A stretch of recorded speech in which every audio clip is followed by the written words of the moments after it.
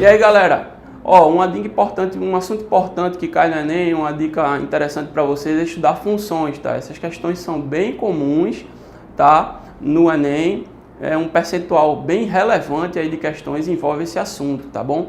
Então, é saber diferenciar função do primeiro grau de uma função do segundo grau, identificar os principais elementos de uma função do primeiro grau, que são os coeficientes, o coeficiente angular, o coeficiente linear, a taxa de crescimento, né, que é o coeficiente angular, o valor em que a reta toca o eixo y, que é o coeficiente linear, tá? Se é uma função crescente, se é uma função decrescente, se é uma função constante, tá? Saber traçar o gráfico de uma função também é muito importante na parte tanto de função do primeiro grau quanto funções do segundo grau, tá?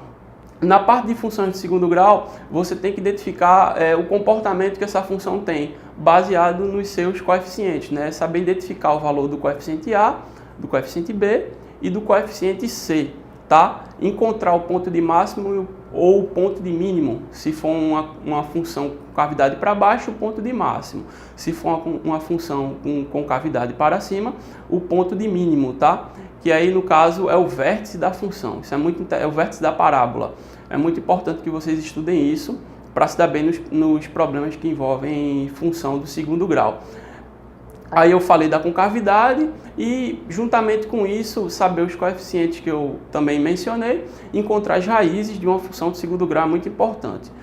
Com todos esses elementos você consegue traçar o gráfico e matar uma série de questões aí que caem no Enem, que basicamente pede para você identificar o gráfico de uma função. Ele dá uma expressão e você diz qual é o gráfico que representa aquela expressão informada, tá, pessoal? Então, resolvam muitos exercícios aí envolvendo funções, que a chance de vocês se darem bem na prova de matemática, quando cair uma questão desse assunto, é grande.